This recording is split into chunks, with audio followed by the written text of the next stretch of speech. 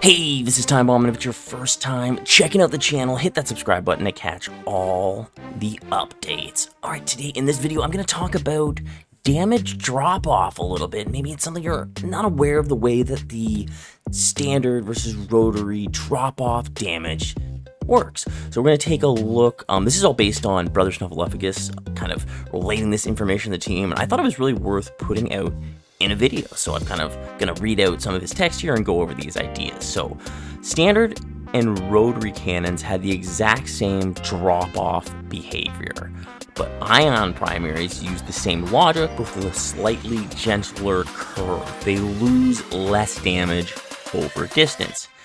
Damage is its maximum value listed in the shipbox notes until the drop-off threshold is reached. This is 100 meters.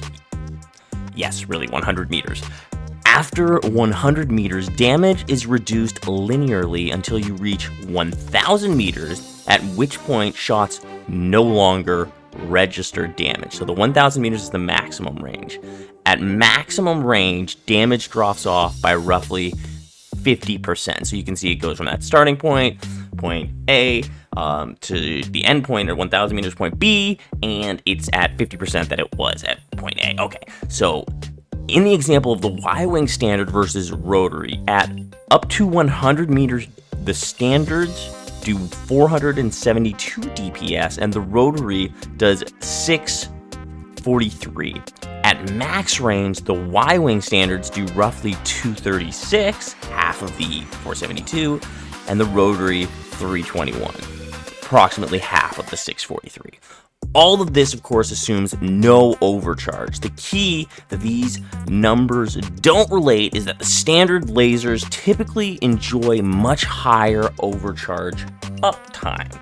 Overcharge Y-wing standards at max range are a bit under 300 DPS. So I think that's probably why you will tend to see a little more popularity with the Y-wing and success for people. But people do use the rotary. People do have a lot of success with the rotary on the Y-wing as well. The same logic applies to the TIE Bomber's guns, but in addition to doing a lot more base damage than its NR counterpart, it also enjoys permanent overcharge due to shunting.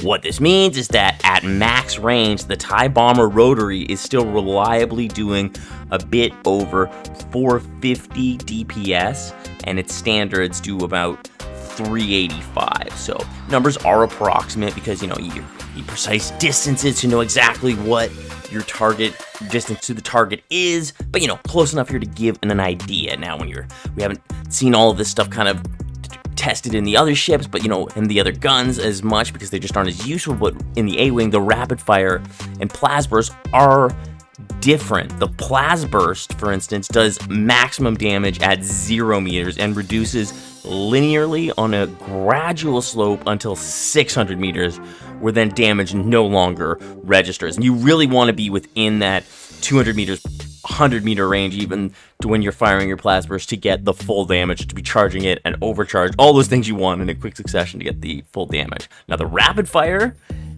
it retains maximum damage up to 200 meters, but falls off sharply after that. So these guns have slightly different drop-off curves, so kind of talking about those things to give you an idea, to help you understand the differences between them, and kind of to help you figure out perhaps where you should be firing. Now, this goes both ways against the flagships, cap ships, and players, keeping this in mind and doing that damage. So thanks a lot for checking out this video. I hope that's helped you understand how damage drop-off works. I'm Time Bomb, you guys are awesome, and I will catch you later.